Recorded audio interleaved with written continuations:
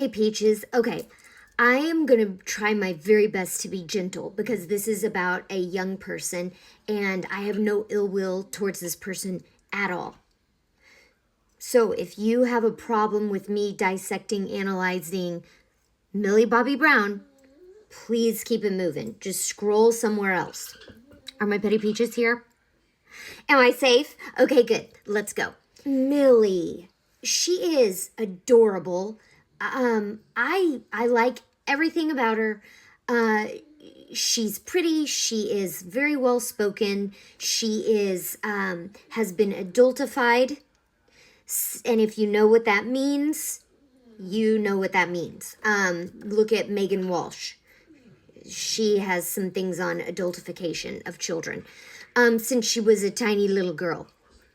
Another thing that I'm seeing that is, or that I'm hearing about her family, other than the rest of the controlling behaviors of dad when she was a little girl, is the toxic situation called enmeshment. So I grew up with that, didn't know that it was as toxic as it was. I knew that I didn't like the feelings that it gave me, but through therapy, and apparently Millie is also in therapy, I was able to stop that in its tracks and now have a great relationship with my family. So what enmeshment looks like is everyone's wrapped up within each other. And so Millie, as a 21-year-old, very, very young in age, having been on this earth, even though she seems, the way she speaks, you would think that she has been on this earth for add plus 20 years. Which that's odd to me too. I know that she's done a lot in her young years that maybe other 21-year-olds haven't been able to have that opportunity, but she acts like she's been here for 40 years. So it's not just her looks that we're thinking of as old, it's how she speaks about. They live next door to each other, the parents and Millie and her husband. They have homes in London, in Georgia, all next door to each other. The dad manages her career. It is all interwoven. The other thing that I am feeling is that some things with Drake might be coming out, and parents realized, oh, we gotta get ahead of this, because she said, oh, I was very controlled. The friends and the boyfriends that I had crushes on, and it was all online. I didn't meet up with anybody. Well, Peach, you met up with Bon Jovi, and you married him. And he's age appropriate.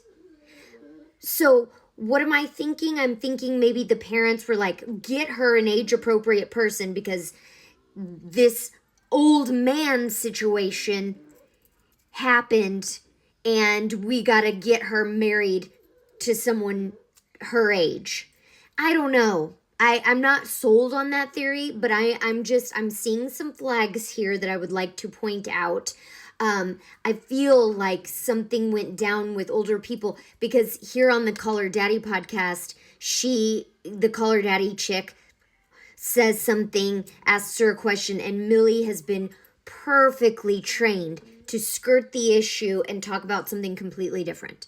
And just talk about, oh, how she is an old soul and she likes to be with older people and that she doesn't really have friends her age. This is what we're seeing as moms and people that have been her age.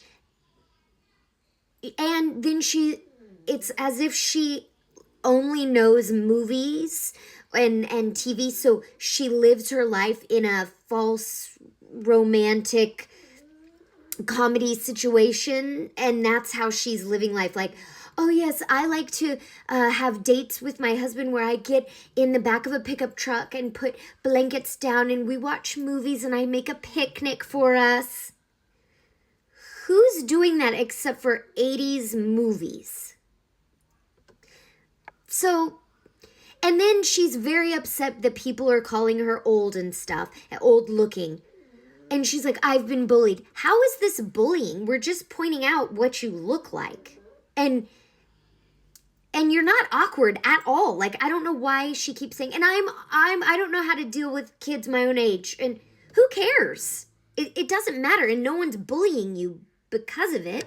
What do you wish more people knew about you? I think that the press, they do, like they love to go in on me sometimes with certain things. I know that obviously people say that I look a lot older, like, you know, that's like a thing that I get a lot. It's like, oh my God, she looks like 40. And I'm like, well, yeah, you did meet me when I was 10. So I understand now I'm 21. It's been 10 years. She grows. That and like my accent thing. And like, you know, I think people like to pick on certain things that I say and do. I don't want that for any person growing up in the industry, but it really actually doesn't bother me. It used to get to me. Yeah. It did. I remember trying to change myself to please the masses.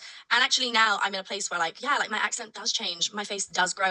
So yes, there's a hyper fixation because she's selling herself. Like all these red carpets, all these movies. We are as a collective audience that we're paying for you. We are allowed to have opinions on how you're looking. You were paid to wear that dress, so we're going to say, you look like Suzanne Summers, Peach. Who's your team? Fire them. I mean, and if you want to look like that, that's fine, but that's on you, and we're allowed to comment. And your accent, you've lived all over the place, like, and you have to speak English sometimes. I mean, American in certain rules, like, we get it. Like, I don't know who's bullying her over her accent. But yeah, there's scrutiny. You're in the public eye. That's what happens. Did her overly controlling parents not ever tell her that? I cook every night. You cook every night? I cook every night. Yeah, this is the problem. I know. Oh, you're full trad wife. I cook every night. I love cooking. Like, cooking is like, that's where I find. Some of the things that she says just comes off, whether she means for it to or not, like she's playing at being an adult. Sunday, I make what the next week looks like. She's meal prepping for a party of 2.